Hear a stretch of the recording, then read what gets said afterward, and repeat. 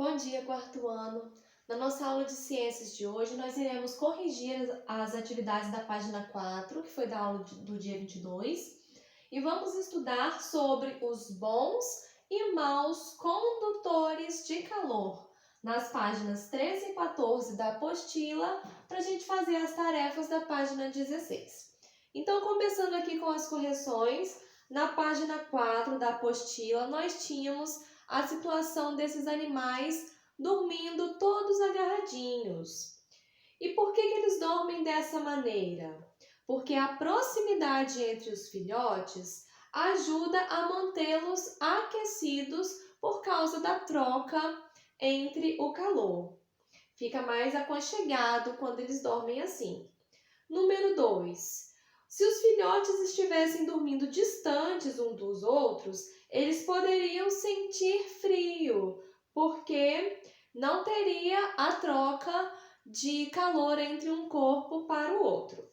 Número 3. Se a gente separar um desses filhotes da mãe e dos irmãos, eles poderiam ficar ameaçados, né? A vida deles poderia ficar ameaçada, porque o filhotinho ele depende da mãe, de estar perto da mãe, por causa do leite materno e também para o corpo da mãe mantê-lo aquecido. E no número 4, qual é a semelhança entre esses animais abraçadinhos e um abraço entre duas pessoas? É que quando uma pessoa abraça a outra, também acontece a transferência de calor entre o corpo mais aquecido para o corpo menos aquecido, assim como acontece com os animais quando dormem agarradinhos. Assim a gente termina as correções. Agora vamos então para a página 13, para a gente estudar sobre os bons condutores de calor e os maus condutores. O que significa um material ser um bom condutor de calor? Isso significa, pessoal, que por esses materiais que são bons condutores, o calor passa de uma forma mais fácil. Ele corre pelo material mais rapidamente. Então, por exemplo, quando a gente vai cozinhar, as panelas geralmente são feitas de materiais como o metal. Por quê? O metal é um tipo de material que é um bom condutor de calor. Dessa forma, o calor ele espalha mais rápido nesse metal da panela e com isso aquece os alimentos que estão dentro dela. O corpo humano também é um bom condutor de calor, tanto é que a gente transfere o calor de um corpo para o outro através de um abraço, por exemplo. Então, o que a apostila traz para a gente como bons condutores de calor? Corpo humano e grande parte dos metais, como o aço, a prata, o cobre. Esses são bons condutores de calor. E é por esse motivo que os ferros de passar, as chapinhas de alisar o cabelo, as grelhas, as panelas e diversos outros objetos que precisam transmitir calor são feitos de metal. Como a gente tem aqui o exemplo, ó, o ferro de passar, porque esse metal vai aquecer e vai transferir o calor para a roupa que precisa ser passada. Agora, então, vamos conversar sobre os materiais que não são bons condutores de calor. Aqui nós temos a foto de uma caixa de isopor. E geralmente essas caixas são usadas para colocar bebidas que estão frias dentro delas, não é verdade? Garrafinhas de refrigerante, garrafas de cerveja, geralmente são colocadas dentro dessas caixas de isopor. Porque o isopor é um material que não conduz bem o calor, ou seja, ele serve para isolar, ou seja, para bloquear em partes, né, porque não é totalmente, a transferência de calor. E assim, a gente então chama esses materiais de maus condutores, porque o calor não passa por eles com tanta facilidade como passa numa panela, por exemplo. A panela esquenta rapidinho, o isopor não esquenta assim. Outros exemplos de maus condutores de calor são a madeira, a cortiça, o vidro, a lã, cerâmica, silicone e também o ar. Aqui nós falamos lã, né? Então, é por isso que as nossas roupas são feitas de materiais que são maus condutores de calor, para que o calor do nosso corpo não se perca totalmente para o ambiente. Então, essa nossa roupa, por ser um mau condutor de calor, vai segurar o calor no nosso corpo e assim a gente consegue ficar aquecidos. E em relação aos iglus, como pode um iglu proteger do frio, já que ele está lá no gelo, lá na neve? Então vamos entender.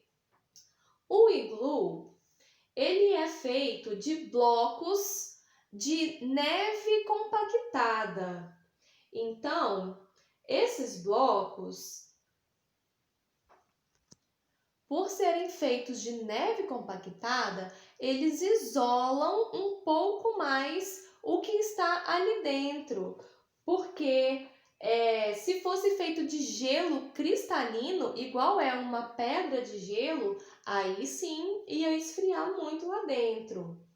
Porém, nesses blocos, nesses tijolos de neve, também tem ar por dentro, formando esse tijolo. Então, o ar, ele é um mau condutor de calor e com isso ajuda a controlar a temperatura lá dentro, não deixando tão frio assim. O aquecimento do iglu é feito pelo calor dos seus ocupantes e também pelo fogo de lamparinas e fogueiras.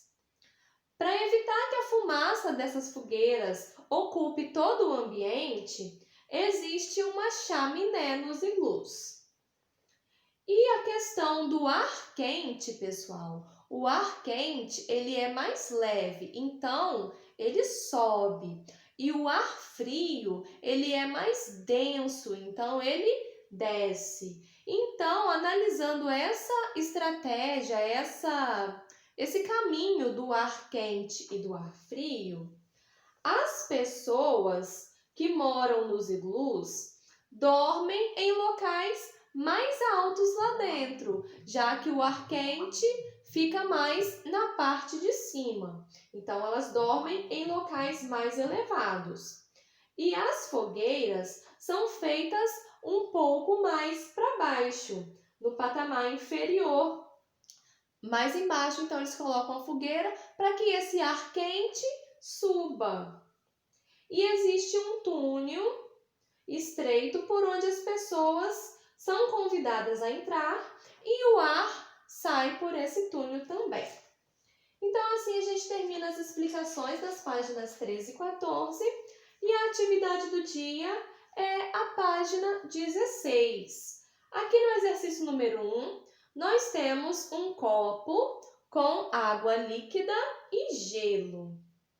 Na letra A, vocês irão pintar de azul a porção da água em que a temperatura é maior.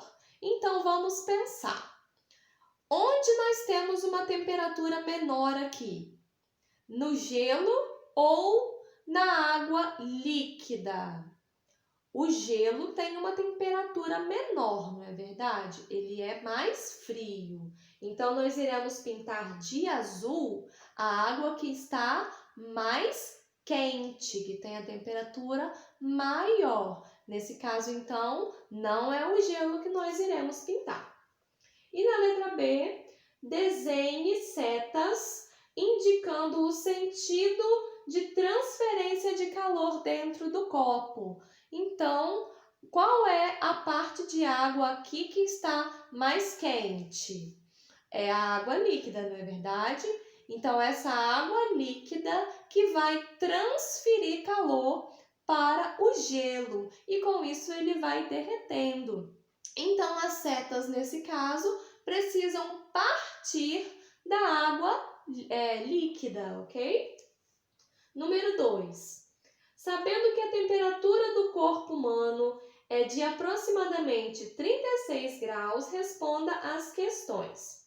Por que sentimos frio num ambiente em que a temperatura é 10 graus Celsius? É só lembrar daquela história da transferência de calor.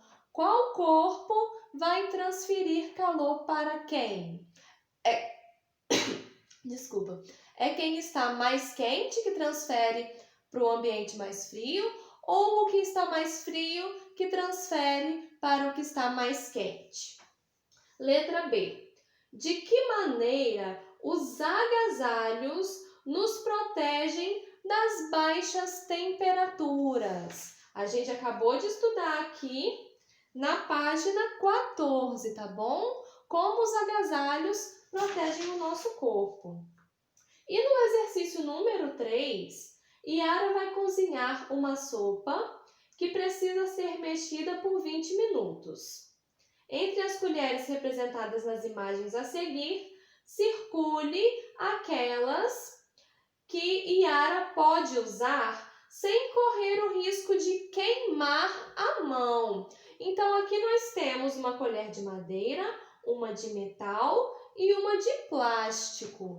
Ela queimaria a mão se usasse uma colher que é boa condutora de calor, porque dessa forma o calor ia passar pelo material dessa colher e ia queimar a mão da Yara. Então, ela não pode usar a colher que é boa condutora de calor. Dessa forma, ela tem que usar colheres de material que são maus condutores de calor. Então, vocês vão analisar os materiais aqui das colheres e circular quais ela vai poder utilizar sem se queimar.